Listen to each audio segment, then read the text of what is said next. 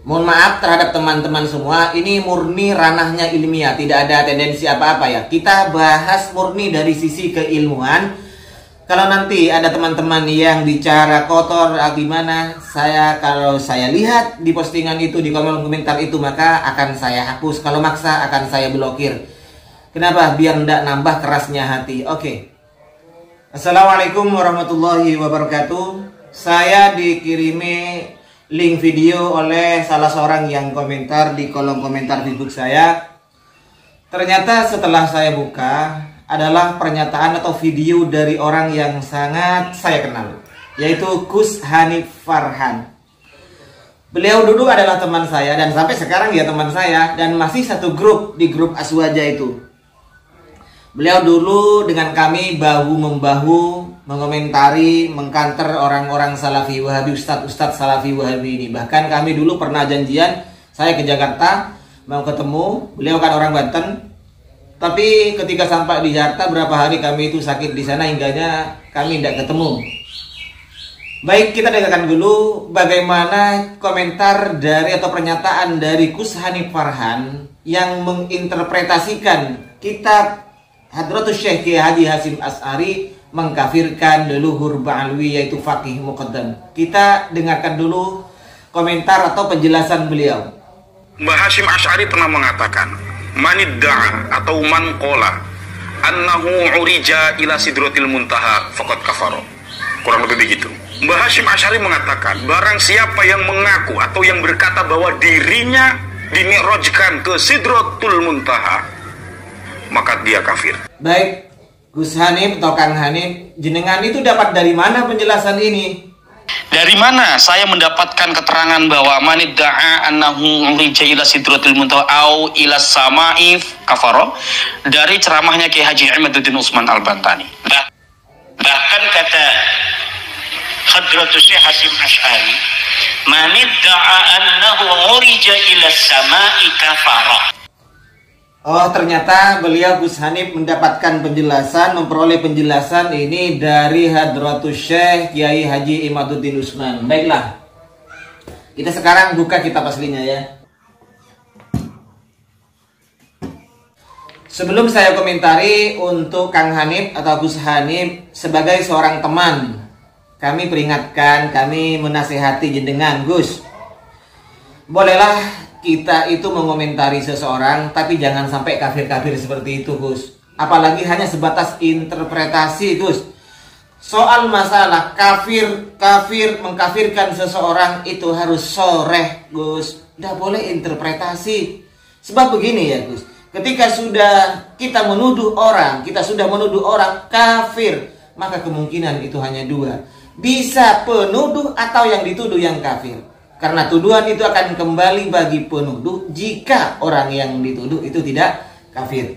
Oke, kita langsung akan membawakan kitab Risalah Ahlussunnah wal Jamaah kata Kiai Imaduddin Utsman. Oke, kita buka ya. Kebetulan saya ngajar ini di MWC itu setiap bulan ada pertemuan halaqah Risalah Ahlussunnah wal Jamaah, dan kebetulan ini sudah selesai. Nah, kalau cetakannya seperti ini bisa dilihat di halaman 17. Jadi di sini waqala al-qadiyat fi syifa, terus ini makalah-makalah atau perkataan yang dapat menyebabkan kita kafir. Di antaranya adalah perkataan yang jelas itu binafir rububiyah, menafikan ketuhanan atau wahdaniyatnya Allah, terus ke bawah. Langsung ya biar tidak panjang. Ini yang dibaca oleh Kiai Haji Imaduddin dan Kang Hanif. Wa kadzalika, termasuk kafir juga berdasarkan ijma'ul muslimin, manidda'a mujalasatallahi, orang yang mengaku mujalasah dengan Allah. Mujalasah itu kan Gus Hanif tentunya paham ya. Mujalasah itu adalah dari fi'il madhi jalasa yujalisu, artinya musyarakah, bukan sendiri, Gus. Berdua. Seperti kalau daraba Zaidun, saya memukul Zaid seorang. Tapi kalau daraba saling pukul kan? Itu saling pukul. Tapi kalau jalasa, mujalasa artinya kita duduk-duduk. bersama dengan Allah. Jika ada orang yang mengaku duduk-duduk bersama Allah, itu kafir. Terus wal uru manidda'a mujalasatallah wal uruja ilaihi, mengaku mi'raj ke Allah, naik ke Allah. Ingat, kata kuncinya di sini. Kiai Imaduddin mengatakan wal uruj ilas sama, urija ilas sama. Terus Kang Hanif mengatakan uruj ila sidratil muntaha. Di sini Gus, wal uruja ilaihi, barang siapa yang mengaku duduk bersama Allah Subhanahu wa taala dan naik ilaihi, terhadap Allah Subhanahu wa taala. Ingat, ini yang dikafirkan. Bukan naik ke langit, bukan naik ke sidratil muntaha, tapi naik menghadap Allah, ilaihi, terhadap Allah. Kalau ke langit ya ila sama, ila sidratil muntaha, atau hinya. Kalau langit kita tentunya tahu Gus bahwa sama ini adalah muannas, tentunya ilaiha. Gitu ya Gus. Jadi naik ke Allah, barang siapa yang mengaku duduk bersama Allah kemudian naik ke Allah Subhanahu wa taala, wa mukalamatahu, dan berbicara dengan Allah Subhanahu wa taala, maka ini yang dikafirkan. Nah, mari kita bandingkan sekarang dengan ibarat yang menjelaskan faqih muqaddam leluhur Ba'alubi ini mi'raj. Gini. Nah, ternyata di sini ibaratnya adalah urija bi ilas sama, saya dimi'rajkan ila sidratil muntaha, ke sidratil muntaha, atau ila sama lah di seperti yang pernyataannya ke Imaduddin, ila sama. Nah, di sini bukan ke Allah Subhanahu wa taala, ke sama. Nah, kita bandingkan begini. Ibarat yang tertulis di Risalah Ahli Sunnah wal Jamaah ini adalah barang siapa yang mengaku duduk bersama Allah, uruj ilaihi, naik ke Allah Subhanahu wa taala, lalu berbicara dengan Allah Subhanahu wa taala, ini kafir. Ingat, teksnya di sini uruj ilaihi, ke Allah, bukan ke langit, bukan ke sidratil muntaha. Artinya mengarah menuju ke suatu tempat di mana tempat itu adalah tempatnya Allah Subhanahu wa taala.